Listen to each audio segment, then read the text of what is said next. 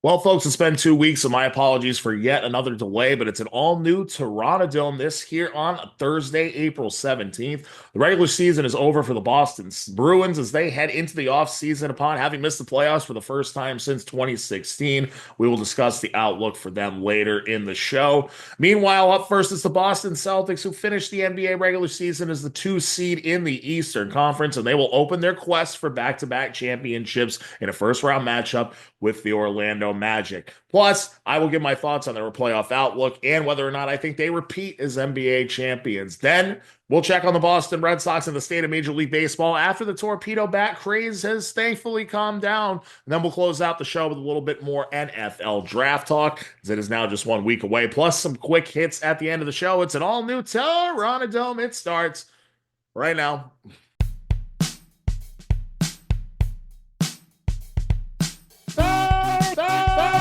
Toronto. Minnesota was doomed from the start. I mean, this was a ass whooping. There's nothing short of that. It was a complete ass whooping. But I will tell you what, my friend, nobody circles the wagons like the Buffalo Bills. And it is time to get them back in the AFC Championship game. I believe that, listen, you're right about Derrick Henry, especially in cold weather. No one's going to want to tackle that guy. So it's going to be imperative for the Buffalo Bills to jump out early in this game and get a lead and force Lamar Jackson to have to play from behind. They can do that. They're going to win this game. Mention things that we love to hear, like we're getting the entitlement out of our team, and we're going to earn the opportunity to come into this building every day. I absolutely love that. One thing I will say for sure, yes, they definitely need to go and spend some friggin' money. They're going to have the most cap space in the league, and I'm going to kill them every week on this show until they spend money. Known as fair and square throughout my years, so I growl at the living foul. Black to the bone, my home is your home. Well, welcome to Terranadome. Terranadome, and it starts right now. Welcome back into the show, folks. Of course, my name is Scott. This is the Terranadome. It's been a while, guys. Thanks for bearing with me on this. Things have been a little tumultuous in life lately, to say the least. So excuse me if I'm a little bit rusty. This is going to be a quick flyer episode. We're going to hit on a lot of points. We're going to talk about a lot of things, and we're going to do it in rapid succession. So here we go. First off, I may be wearing a football jersey and a baseball hat, but we're going to talk about the Boston Celtics first. Your Boston Celtics, ladies and gentlemen, here in New England. Your team finishes 61-21. It's the second best record in the Eastern Conference and the third best overall in the NBA. They will face the Orlando Magic in the first round of the Eastern Conference playoffs. There's been one question about this team thus far, or at least going into action here. And the one question about this team is the health of Jaylen Brown's knee. And I got to tell you right now, he's a full participant in practice. Looks like he's appearing to be on track to be a full go here in the first round, which of course is good news. Brown did miss 8 of the final 16 games of the regular season, and he did not play 30 minutes or more in any of those 8 games that he did play. Now, the good news, Boston Celtics fans, is they don't really need to overexert Jaylen Brown here, right? It's a first round series against the Orlando Magic. And for the record, Kristaps Porzingis, your biggest X factor, and the rest of the team, they're currently healthy headed into the postseason. Now, you may worry because the Celtics went 1-2 against the Magic in the regular season, but they did not have Jason Tatum in either of those 2 games. Obviously, they will for the balance of this series, barring injury. And it's a little bit about the Magic, right? The Magic were 41-41. So if they never played a game, they would have had the same exact winning percentages they did play in the entire season. They were the number 1 defensive scoring team in the league at just 105.5 points per game allowed, but they were also the third worst scoring offense in the league at scoring 105.4 points per game. So they actually scored less than they allowed. Not usually a recipe for success. The Magic are going to be led by their 2-star young players, 22-year-old Paolo Banchero, who averages 26 points a game, 7.5 rebounds, and 5 assists per game, and Franz Wagner, who's 23 years old, and he averages 24.2 points a game, 5.7 rebounds, 4.7 assists, and 1.3 steals per game. Now, the Magic might have had at least the puncher's chance maybe in this series If they had Jalen Suggs, it was their third best player, but he's been out since the beginning of January with a blown quad. He was averaging 16.2 points per game, but he is gone. One thing I will tell you about the Orlando Magic is that their style of defense certainly can give the Celtics fits, right, folks? As I said, number one scoring defense in the league, and it's particularly if the Celtics only want to move the ball around the perimeter. The Magic can do a fine job of defending them there. So, of course, as usual, your biggest X factor here, if you want to space the floor, is Kristaps Porzingis. And thankfully, folks, they've definitely used kid gloves with him for most of the season, but he seems to be ready to go. Of course, that was the case last year as well, and he got hurt like second game of the playoffs. So fingers crossed that doesn't happen again. But the other part of this is, guys, simply put, the Celtics are a much deeper team than the Magic here. I mean, they've got about 6 or 7 guys that can beat you, whereas the Magic literally have two. Celtics are going to win this series. I'm Scotty's prediction: 5 games at Terranadome. T-Dome prediction: 5 games for the Celtics. Does no one surprised they win this series. Other first round matchups in the Eastern Conference include the 4 seed Indiana Pacers and the 5 seed Milwaukee Bucks. The Bucks do not have Damian Lillard, obviously, still an elite scorer, even in his mid 30s. He has blood clots in his calf. Best wishes to him and his health, but most likely unavailable, at least for this series and potentially for the entire playoffs. Um, so Bucks versus Pacers. Then the next series, you've got the 3 seeded New York Knicks taking on the 6 seeded Detroit Pistons. The Pistons are an up and coming team. I think that they've got a window that's going to start to open up in the next couple of years. But right now, the Knicks are a better team there. And then finally, the Cleveland Cavaliers, who ended up with the second best record in basketball. They're the 1 seed in the East, of course, and they will face either the Miami Heat or the Atlanta Hawks. It depends on who wins the final game of the play-in tournament. That game will be played tonight. I believe it's 7:30. I don't think it matters which team wins that game, of course. My predictions for those series will be Bucks beat the Pacers, Knicks barely squeak by Detroit basketball, and the Cavaliers will advance over either Miami or Atlanta. So, down the road, what am I thinking for the NBA playoffs? And yes, I've kind of sped through this a little bit, right?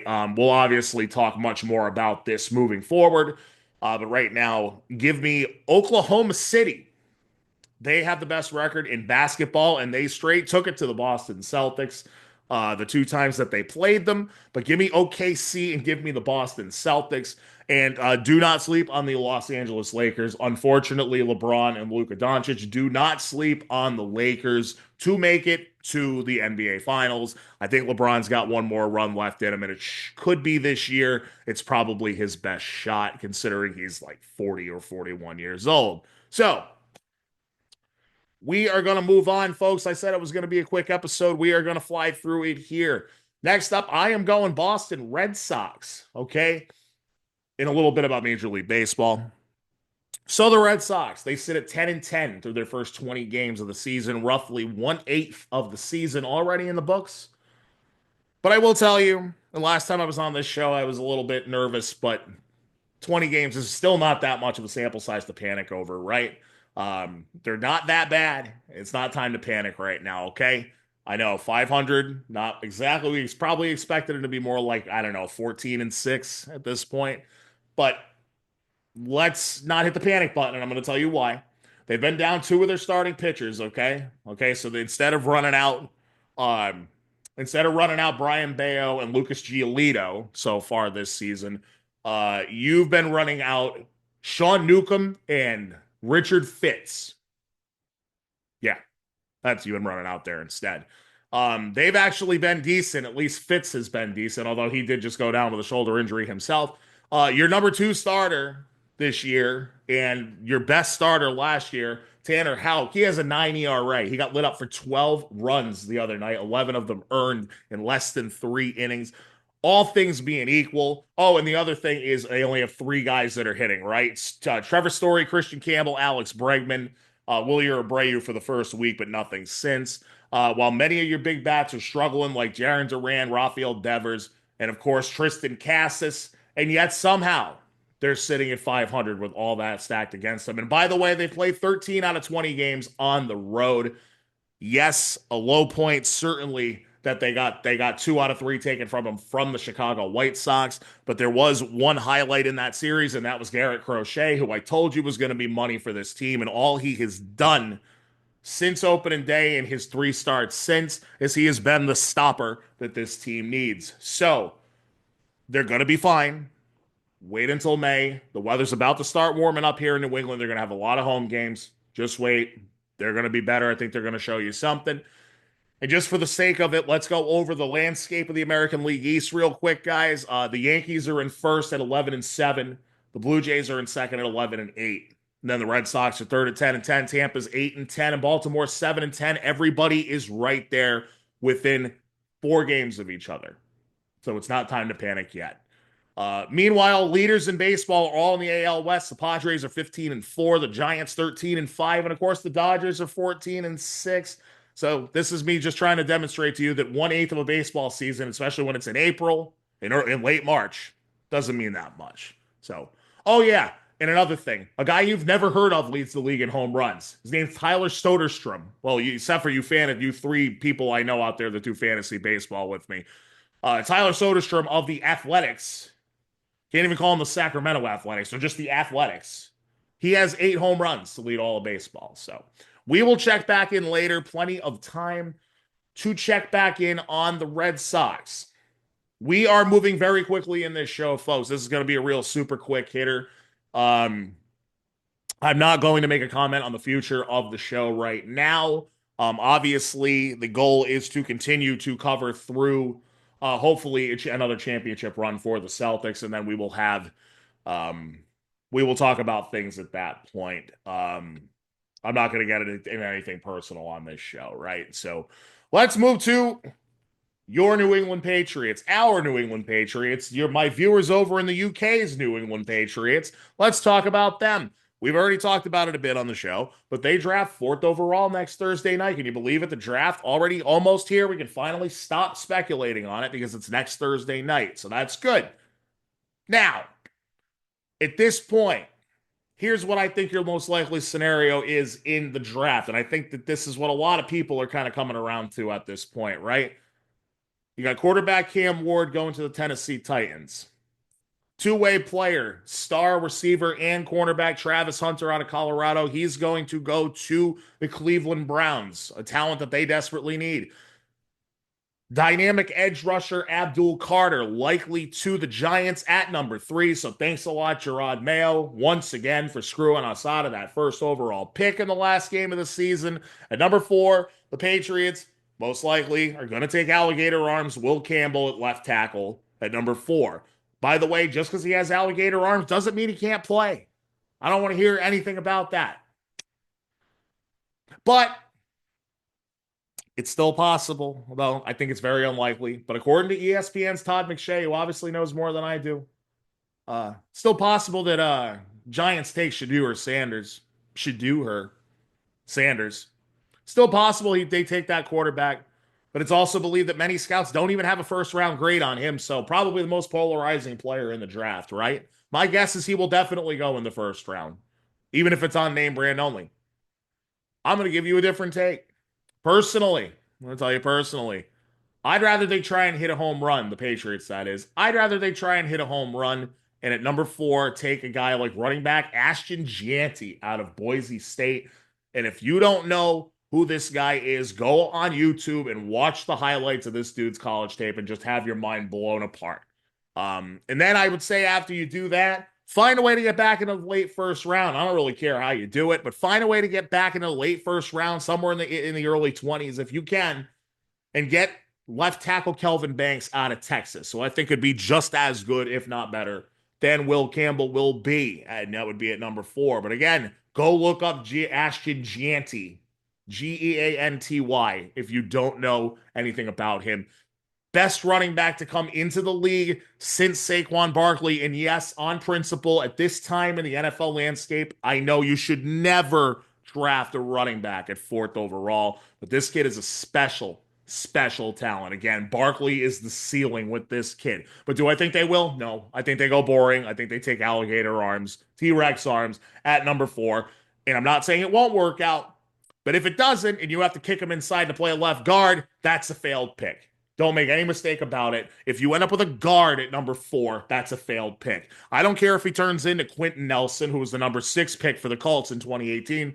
Don't even care. It's a guard. You need to do better than that at number 4.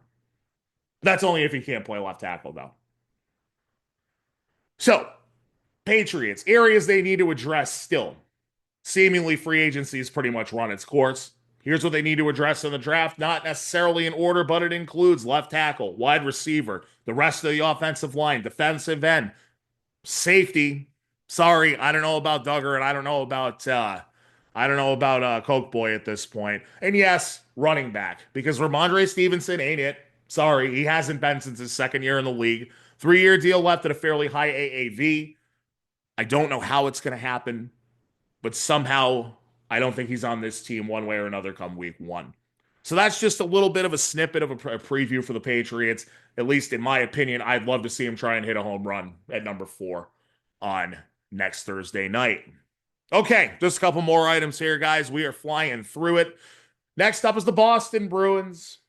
The Boston Bruins. Bruins. Really the most dismal season that I've had watching them since I was probably too young to remember them sucking, which would have been in the mid to late 90s. Boston Bruins finished with just 32 wins, right? 76 points, and they missed the playoffs for the first time since the 2015 to 2016 season. Now, I do remember that season, and they had 93 points that year, and they barely missed. This year, they tied for the worst team in the Eastern Conference, so quite a difference, right? They tied for the worst team in the Eastern Conference this year and 4th worst in the NHL overall. There were 3 teams in the West that were worse, a couple of them way worse, if that's possible, but it was. And yet, principal owner Charlie Jacobs released a statement saying that he fully supports President Cam Neely, General Manager Don Sweeney, the package deal. I've been telling you about it for months. And he called next year a retooling and not a rebuild. Well, he better be right. That's all I'm going to say. He better damn well be right, especially for their sake, because you have something on this team. You don't have much, right? But you do have 2 elite players that are still in the early stages of their primes, right? You have David Pastrnak, who on a terrible team this year, a terrible, terrible team, go for 43 goals, tied for 4th in the league, and 106 points, which was tied for 3rd on a terrible team. Do not waste this kid, because you got a ton of cap going into next year. Figure it the F out, do it fast, and do it now. Okay?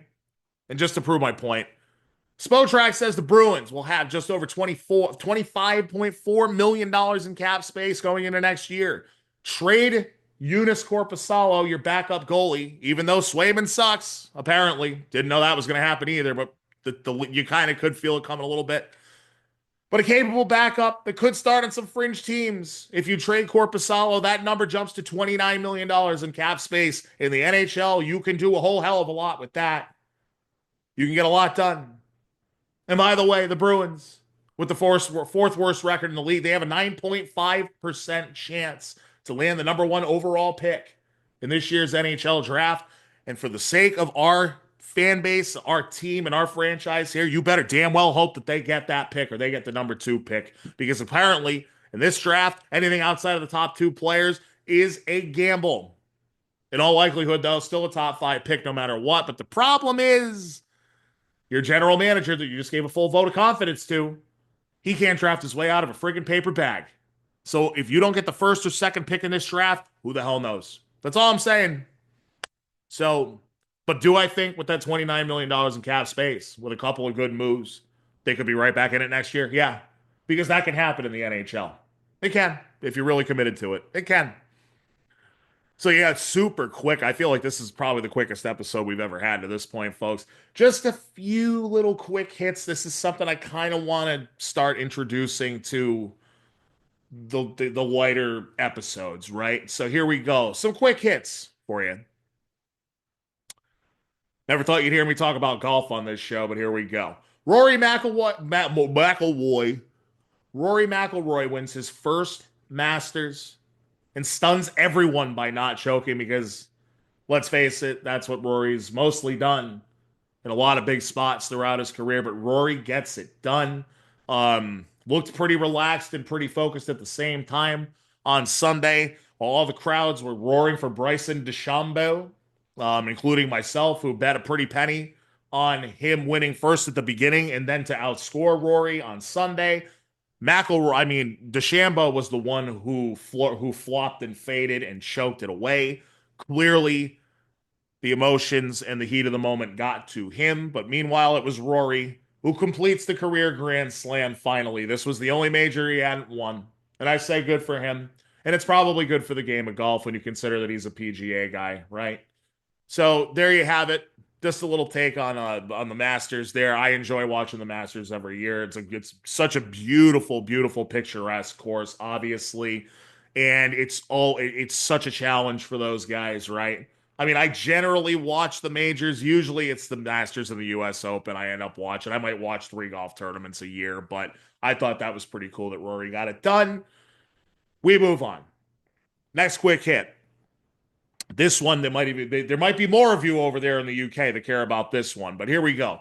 For the first time in 5 years since 2020, there's going to most likely be a new champion crowned in Formula One. And yes, the season has just started. We're only 4 races in, but Max Verstappen's car is junk, and he is by far the best driver on the grid. Don't argue with me, guys. Lewis Hamilton's too far past his prime now. Max is the best. He's one of the best of all time already. He's the best driver on the grid. It's not close. But you don't have that car. You don't have the car that he had 2 years ago when Red Bull won all but one race the entire season. No, no, no. It's obviously McLaren's year. And the new regulations come in 2026. I can't wait to see what that brings next year. But we have this year to deal with. It's McLaren's year. But it may not be Lando Norris's. It may not be Lando Norris's. You know why? Because Oscar Piastri is better than he is. I said it. Now, granted, I'm just a stupid American that doesn't understand how your fancy little Formula One works and all that. I've been watching racing my entire life. One of those guys is better than the other one. One of them is too emotional. The other one is a machine, a lot like Verstappen is, and Oscar Piastri is better than Lando Norris. That kid may damn well win that championship this year when it's supposed to be Norris's time and my time is coming and all that other crap. Meanwhile, he's rolling off the blocks early and can't even stay in his grid box. Give me Piastri for the championship in Formula One, but I do think there's a 90% chance that there will be a new champion crowned in that sport for the first time in 5 years. So that is definitely something to watch. Third quick hit out of 5. I did this. This is gonna, man. If you guys stick with me through this, I mean, power to you, honestly. NASCAR's Cup car. NASCAR. Yeah, I went NASCAR. I'm actually coming up on the 50th episode of this iteration of the Terranadome, but the old podcast and this one, we're over 100 episodes at this point, right? Never once have I mentioned NASCAR, but I'm doing it now. I grew up watching that sport, grew up watching the best drivers who ever lived in that sport, and some of the coolest race cars you will ever see. The iteration of the current Cup car, formerly Winston Cup, Sprint Cup, whatever, you know what I'm talking about. Monster Energy Cup Series. It's the highest level of the sport. And yes, I call it a sport because it is one. Have fun arguing with me in the comments on that.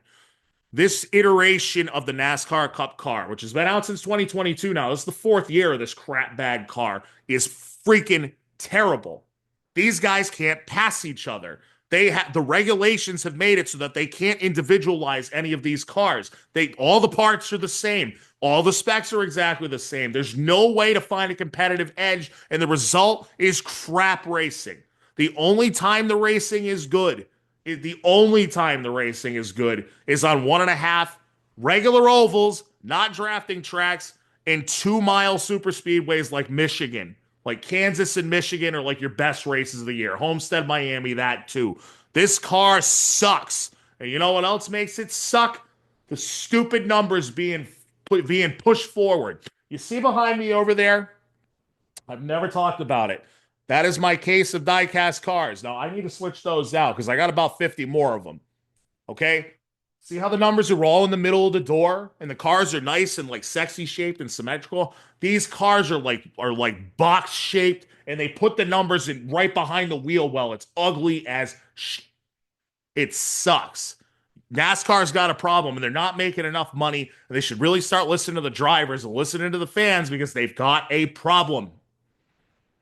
Bam. NASCAR minute. Moving on to item number 4. This will probably be the shortest one. The Houston Rockets, back to basketball. The Houston Rockets are interested in acquiring Kevin Durant. Well, I got no problem with that. And I'm sure a lot of people do. I got no problem with that because even though Durant is like, I think he's like 36 now. I don't know if he's entering his 36 or his 37 season. He's getting up there. Duke can still go. Duke can still play. Yes, he takes a lot of nights off. I still think that he can help a winning team. He can help a team win a championship. I do honestly think that. Even though the only time he ever won one was when he went to Golden State and got on Steph Curry's coattails. And yes, I know, but that is a fact. And yeah, if he hadn't left Oklahoma City and left James Harden and Russell Westbrook, they might have won one there. We'll never know. Finally, Aaron Rodgers has gone full Brett Favre at this point, ladies and gentlemen. He says that he'd like to play, but he knows he doesn't have to. He says that he wants to play, but playing for another team is too big of a commitment. The exit from the Jets really left me with a bad taste in my mouth. Oh, I have a relationship now, so I don't know what I want to do. I'm 41 years old. I can't figure out what I want to do. Go away. Go away. And I know this is exactly how we felt exactly 15 years ago when Brett Favre went to the Minnesota Vikings. I know this is exactly how we felt. Folks, I think that quick hitter segment is going to be one of the better parts of this show moving forward. So make sure you stay tuned for that. Again, my name is Scott. It's the Terranadome. Finally, we're back after a couple weeks. Folks, I'm going to do my best to make sure that we keep being on at least once a week. I've got some things going on outside of this, and it's not job related either. Don't really want to get into the specifics, but thank you for the support. Thank you for your patience. We will be back next week. My guess is it'll be Friday, maybe, because I want to react to what the Patriots do in night 1 of the NFL draft. My name is Scott. It's the Terranadome. Thank you for listening. Thank you for your support. And tell somebody you love them today because tomorrow is not promised. Thanks, guys.